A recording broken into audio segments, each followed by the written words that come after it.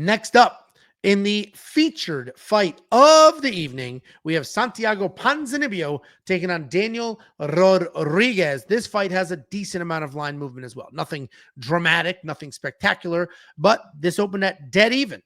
And they let society decide. And society said Ponzinibbio is going to win this fight, and that's why the money is there, and that's why the movement went to his side. Santiago Ponzinibbio is 30-8 in his career. He is 2-3 in his last 5, but he is coming off that big knockout win over Carlson Harris that Jacob and I got to see live and in person. He's taking on Daniel Rodriguez, 18-5 in his career, 2-3 in his last 5, coming off that decision win over Alex Morono. And that's why this is an interesting matchup, because half the narrative is dude went to a split decision with Alex Morono. The other half is he's a high-level striker. He's a very good boxer. And yeah, he took that first round to figure out his rhythm, and then he won the next 2 rounds against Alex Morono.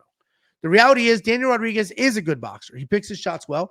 Good enough takedown defense. Not much to offer in the grappling department if he ends up on the ground, though. His boxing is crisp. It is clean when he's not worried about takedowns. When he doesn't have to worry about what's coming that way, he finds his rhythm. He lets his hands go.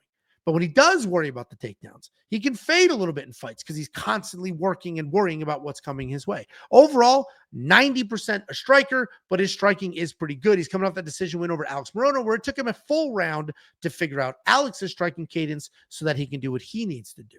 He's taking on Santiago Ponzinibbio. This guy's a good striker. He likes to stay outside of the pocket. His striking is clean, and he does a really good job managing range. He has a handful of big knockouts, but typically doesn't have a ton of raw power, and he uses volume and pressure well. He doesn't have much in the way of grappling offense, but he does have solid 71% takedown defense. He's coming off that massive knockout win over Carlson Harris at UFC Vegas 101. This should be a fun fight.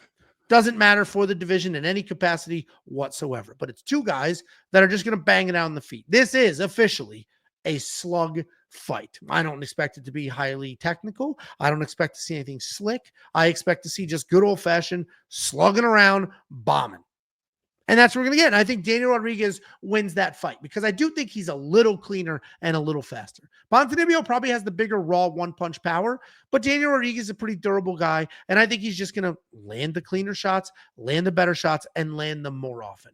Daniel's going to be the pick here. I was hoping for a 1.5 round line. We were not blessed with that. It is 2.5, which the over is probably a reality, but anytime you have 2 guys at this age, 38 years old versus 38 years old, both strikers, could be a little dicey. I'm on the Rodriguez side. What do you think, Samuel?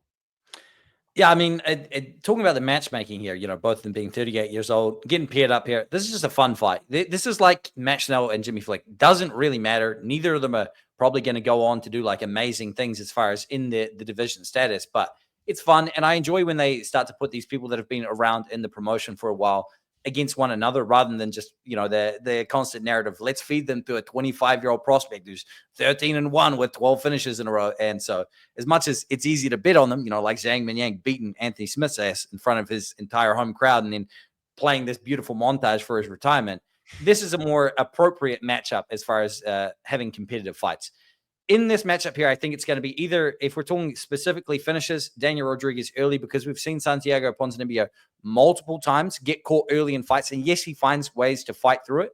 But if that happens, he's getting older. He did take a lot of damage, even in his victory against Carlson Harris last time out. So the chin is going to be questionable here. He's been rocked multiple times. He's been put away before. D-Rod does have the more crisp hands, especially the jab here. So I think he's going to get the jab going and be able to frustrate Santiago Ponzinibbio. But out of the 2 of them, if you look in the past, you can see Santiago Ponzinibbio does have some round 3 victories. Some come from behind performances. We don't really see that out of D-Rod. In fights that he's losing, he simply falls behind. Santiago Ponzinibbio does have that rabbit out of the hat trick. He's able to, bring it back with the one-shot power, sit down on a stool in between rounds 2 and 3, bleeding and still think to himself, I can go out there and win this fight. And so when the line had Santiago Ponzinibbio as a dog there, I think he was the pick. Now that D-Rod's the dog here, I think Daniel Rodriguez's decision is probably the play. I don't expect him to put away Santiago Ponzinibbio, but I do think that he gets the jab going. So that's where I'm at with this one. For who I'm cheering for, though, Ponzinibbio. I hope he gets it. Why? Done. I just like him more. Yeah, he seems like a likable guy. He's also the Spanish commentator, so he is in it. You mentioned the Anthony Smith. He's in a somewhat similar situation where he is squarely focused on the second part of his career. That's the commentating and the desk work, and he's doing all that for the Spanish broadcast. And I think he's doing it really well. Obviously, he's still going to fight. He can still fight. He just got to win. You mentioned he has the ability to come from behind. He did that in his last fight. He was getting pieced up. Carlston Harris was landing big and had Santanibbio in a little bit of trouble, and then he was able to just find that big punch. Carlston Harris was also old as shit.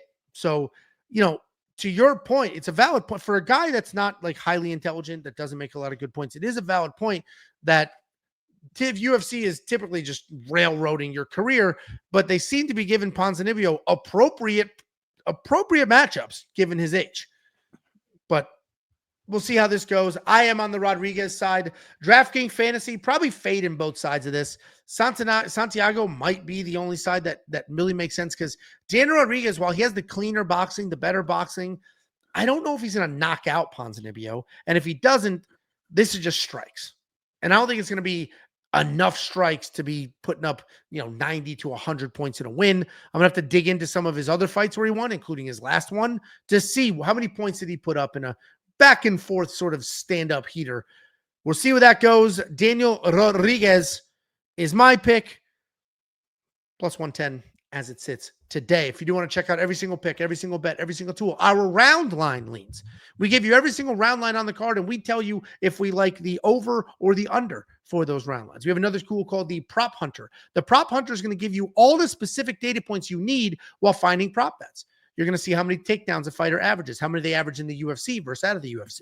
You're going to see what their average fight time is. You're going to see wins, losses. You're going to see strikes landed versus strikes absorbed. And all that data is right there lined up with the opponents ready to go so that when you go to your sports book and your sports book sets a significant strike line or a takedown line or a round line, when Prize Picks does it or Underdog does it, you have all that data right there to help you find the spots. Every single thing I mentioned, all the things I haven't mentioned, WeWantPicks.com.